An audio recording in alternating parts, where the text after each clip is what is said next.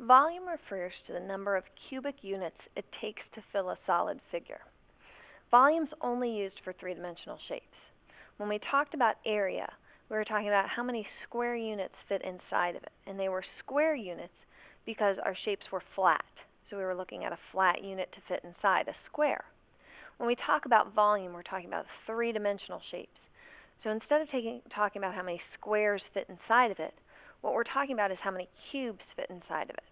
So when we do our measurements, all of our answers are going to have cubic units instead of square units.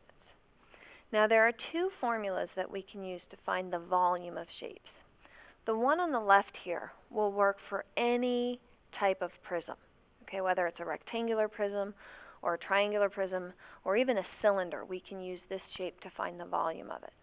The one that's on the right only works for rectangular prisms. Okay? Now, L is length, W is width, H is height. So my formula is the length times the width times the height.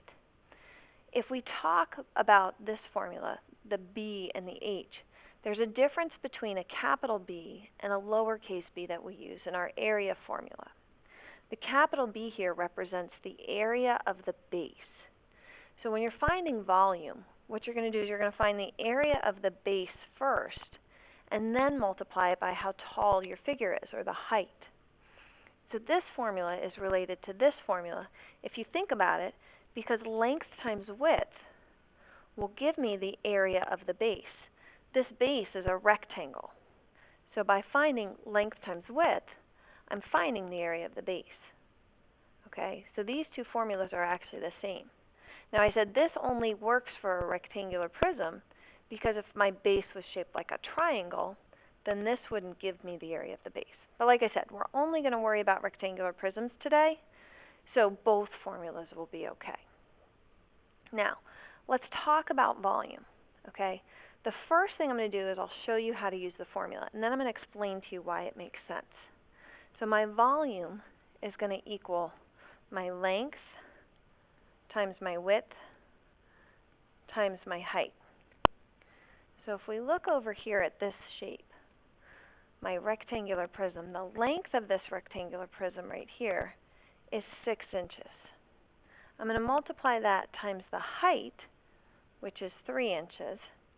I'm sorry, the length times the width. Finally, I'm going to multiply it by the height, which is 4. Okay, 3 times 6 is 18. 18 times 4 is 72. So my final answer to this question is 72. And then I said volume is always in cubic units, so this would be inches cubed, a little exponent 3. Now let me explain why this works. Volume talks about how many cubes fit inside a figure. So when I look at this, length times width, the first thing I'm doing is figuring out how many cubes fit along the base of this figure.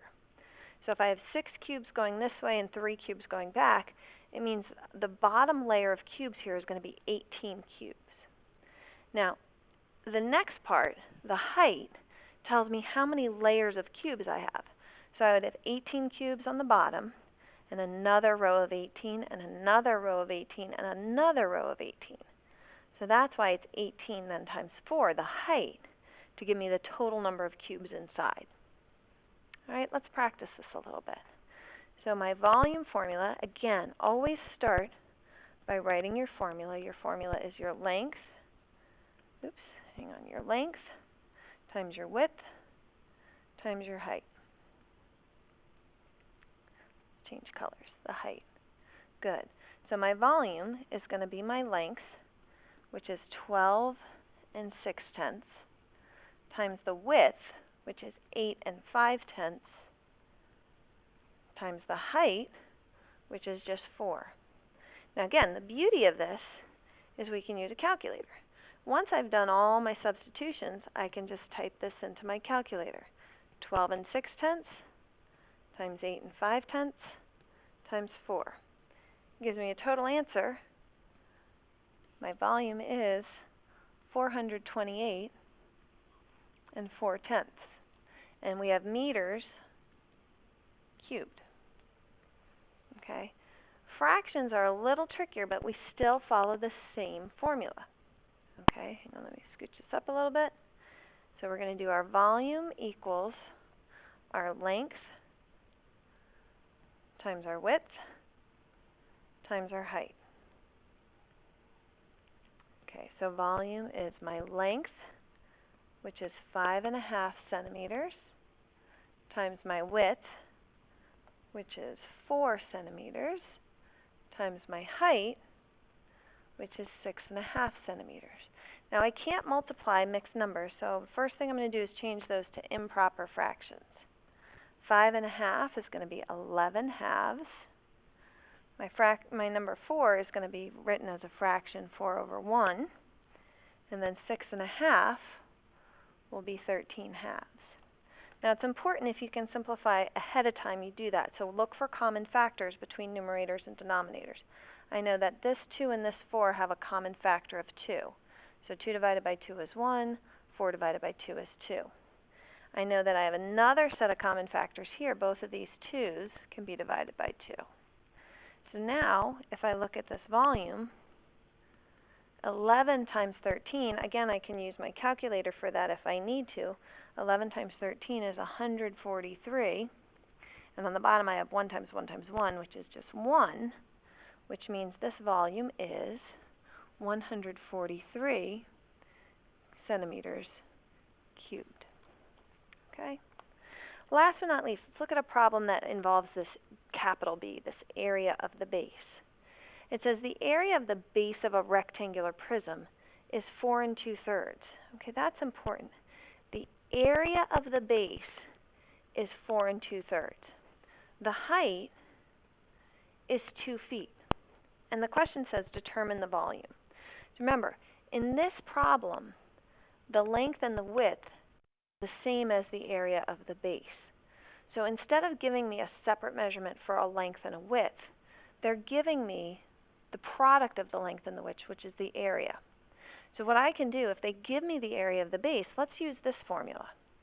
The area of the base times the height. Okay, so my volume is going to be the area of the base, which is 4 2/3, times the height, which is 2. Now again, I can't do this problem with this mixed number here, so let's change it to 14/3, and that 2 needs to become a fraction also. And then when I multiply this, I can't simplify, so 14 times 2 is going to be 28, and 3 times 1 is going to be 3. So 28/3, I need to change that back to a mixed number. 28/3 is going to be 9 1/3. And then my units on this, we have feet, so this is going to be cubic feet.